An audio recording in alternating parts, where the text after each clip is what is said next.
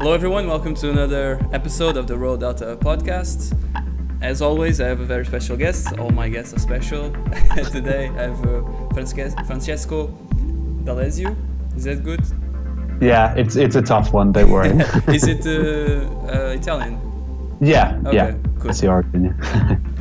How do you say it, like, precisely? Francesco D'Alessio. I had to think. Okay. You see, that's the problem. Okay, so today we're going to basically talk about productivity, go full on productivity, because that's mainly what Francesco focuses on. He has a YouTube channel with almost 20,000 subscribers, almost more than 2 million views, and also is big on Medium. He also runs a podcast on Anchor, so he's all over the place, a Skillshare course. So one thing is that really we're going to dig deep in, probably because you are super productive, is you're very consistent with your content, and I really admire that, and I guess we're going to go through that. But why don't you give like a small elevator pitch or introduction to what you do? Yeah, sure. Thanks for having me on, first of all. For everyone who's watching that's from my community or from other communities, definitely check out Diego's content, mainly because it's awesome. I was just telling Diego, I discovered his first video, I think it was on Ido Portal, on movement training, and that one's got like loads of views. I think because it ranks really well in YouTube. So yeah, it was also because of the fight with McGregor and Floyd, and because he's attached to McGregor, I guess YouTube liked me that day. There you go. Yeah. And I found that one and I was like, I think you're really good at storytelling. So for those who have come over from me, definitely check the Road Delta channel out. Thank you. But I'm sure you'll include it in the description anyway. But yeah, so my name is Francesco. As Diego said, I run a YouTube channel called Keep Productive. It didn't used to be called that. It used to be called just Francesco D'Alessio. Yeah, I saw. But I made the change because good job. I did want to make it more community focused. So that's really what it's about. Like, there is a community behind it, which is great. So the concept of the channel is really simple. It's more about productivity apps. So helping people find new productivity apps and then go deeper with their knowledge of the apps. So and then talk around topics like routine, boosting your own productivity across your day. So it's grown really rapidly over like 3 years.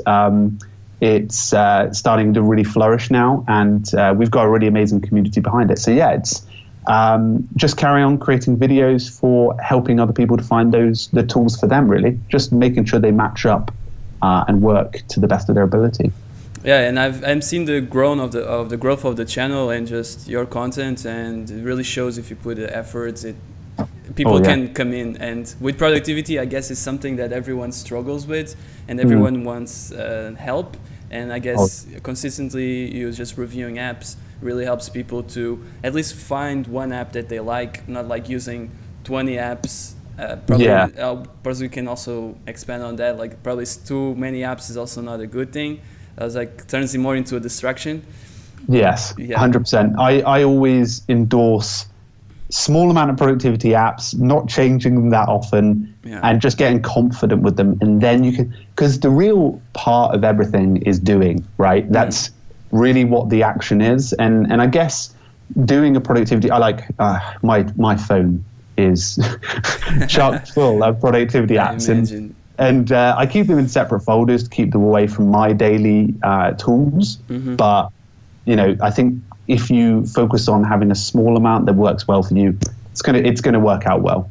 Yeah, I definitely find that I sometimes start using an app and then I kind of forget about it. And then it just means that, okay, this is really not for me, so I move on to the next one. And so during the years I use a lot because it's so easy to download and just try. And I guess there's no point in not trying one app over the other. But before we dig more into apps, I would like to know, like, how did you get into that in productivity mode? Like from just working normally, just going through the day, through the motions, and just focusing on, okay, now I'm gonna really focus on really taking advantage of the few time I have during the day, and just focusing on what's important. Yeah, and that's a question I get a lot because productivity apps is a weird thing to be interested in. Well, if you're like me, not. I think we are very yeah. similar I there. think Yeah, I think there are a few people in that, like, I get some emails like, I love productivity apps as well. I'm like, we should be friends. So it's I think my first interest came when I was in high school, and so I was just going about my year, and I failed the year at that high school, and I was like, that's a real bummer. But what I did was I went away during the summer and I researched all these different tools to help me get organized. And then what I did is I read a book called GTD, which was a book by David Allen. Highly recommend it. It's sort of like the Bible for productivity. Okay. So if you ever get any time, definitely worth a read. But yeah, so I read that book, came back after that year, and was maybe doing more than a high school student should be doing. Which, yeah, so I sort of like excelled from there, and then I decided to go to university. And I think it hit me more in university that I should, because I was recommending apps to like everyone at this point. It was like 2-3 years of doing a few blogs, doing a few talks to people, and meeting people, recommending them like apps. It was just sort of a weird thing for a young person to be doing. But so I got into flow of that, and then I was like, I'm going to start a YouTube channel that is dedicated to tutorials, because I think that can be helpful for people. It's not too much about the productivity. It's more about the connecting people to the right tools, because I think once they do, like, their productivity will just flourish, I think. Yeah. And then you're just trying to help people to find what's the best tool for them. Pretty much, yeah. And it's sort of expanded from there. So now it's really just trying to hone in on the right resources. So I have a fair amount of videos on there already. So like people can go away and find it's almost free, yeah. Yeah, and I think the rebranding of the channel really helps to just focusing on, okay, this channel is for this, and you have a lot of great stuff there. And I don't know this is probably one of the most common questions people ask, but what's your favorite? If you have one, just what would you recommend, like the top one? Yeah. It's tough because they all do such different things. Okay. But I would probably say either Evernote or Todoist right now, mainly because they're the best ones for like all round, I guess. To-do list application, Todoist is, Evernote is a note taker. So it depends on your situation. But if I was left on a desert island, I would definitely choose either one of those. Okay. And do you think the different apps? So different people with different personalities or different styles of working would prefer a different app, or you can not even use an app, just using a notebook. And what's your, because I guess a lot of people come to you to ask what's the best one for me. So do you have a feel already for that, for the type of person? Oh yeah. Yeah, 100%. I think that's come from the amount of emails I've been getting about it. So over the 3 years, I've been helping people on email more to connect with the right resource for them. Mm-hmm. People have different daily jobs. People have different types of tools that they work well with.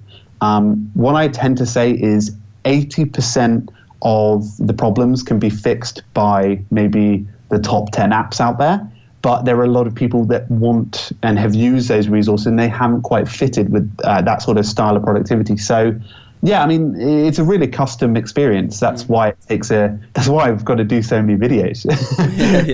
You have a lot of material to cover. Oh yeah, like when I started, loads of people going, productivity apps, that's niche, and I was like, no, no, it's definitely not. So I've still got hundreds of apps I haven't tried out, but equally done hundreds.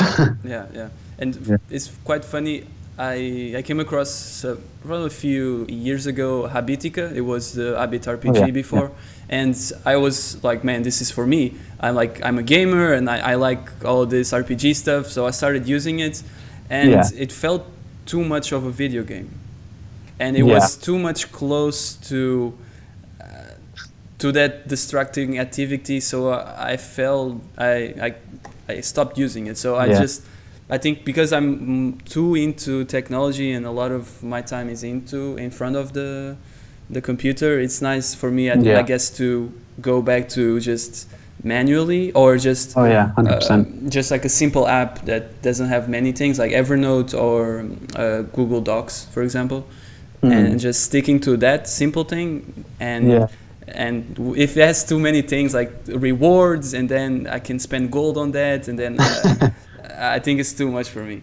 I think Habitica is quite cool in the approach, but Yeah. you're right.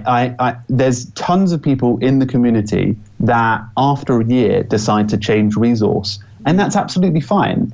If you're in a position where you maybe change jobs or you change type of role in your daily routine, then that's absolutely fine. I think being able to change your tool is not something bad.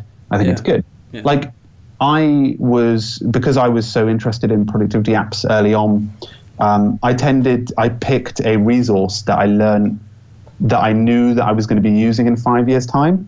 Maybe that's a bit too detailed, but there are resources that are good for students. I used to always recommend Wunderlist for students because it had not too serious of a task management experience for them to get working on tasks. Yeah. But I wouldn't recommend that same app to someone who's just graduated. Yeah. I would say something completely different. Like what, for example? Like Todoist, I would probably say for most people. Yeah, I mean, again, yeah, you have to ask a lot more questions and dig down. But it's situational stuff, I think. Really. Yeah, with that, with people, for example, graduating, or people wanting to do more, I guess that you receive a lot of emails also of people wanting to get into an app, or they want that app that will fix everything. That app that if I get this right, this app will save me. And probably most of the times you'd say that you don't need an app, you need like a mindset or something like that, right? Yeah, 100%. I 100% believe that an app won't fix the world for you. I think it's foundational. It's like a tree. Like, you want good roots buried down, and that's why if I had to recommend something before everyone started, if everyone was like, "Oh, I'm freaking out, my productivity all over the place," I would recommend starting out with paper, and then throwing out from that. It's a great app. Yeah, it's always updated. Yeah, there's no pop-ups, no, perfect. Yeah, that's it. So, like, you have to start from the beginning, I think, a lot of the time. Just finding out what's important. It's a great book that I also like, The 7 Habits of Highly Effective People, and it also starts with like the mindset of just finding out what's important, and then from there you can choose the tools you want to use to get to that goal. Or 100%. I think that a lot of people skip by that process. As I was saying, I think a tool is important, but not as important as getting in that process of things. I definitely felt in that trap of getting into tons of apps and just trying to find that one. But I guess it was also part of the process of getting to that point of, okay, maybe I will use this app, but once I have a plan. Yeah. I think a lot of people ask me, because I obviously get to see all of these productivity apps every single day, and I get to see the new ones sometimes even before they're released, which is a great honor to be to have the relationship with the developer. But the people ask me, Francesco, why don't you jump over to this one or this one or this one? And I have stuck with pretty much the same apps for the last 4 or 5 years because I don't necessarily need to. I don't see a grand need to, and I think that's something I try and share to everyone out there. Because you need to experience all those apps. I think also apps are great, and they can be also a source of great distraction, especially if you need to go to your phone. So how do you manage to stay focused on not overdoing, like, I'm not using this app way too much, I should be doing work? And how do you manage that distraction, that technological pitfall? That's a good question, because I think a lot of people struggle with it. So I tend to spend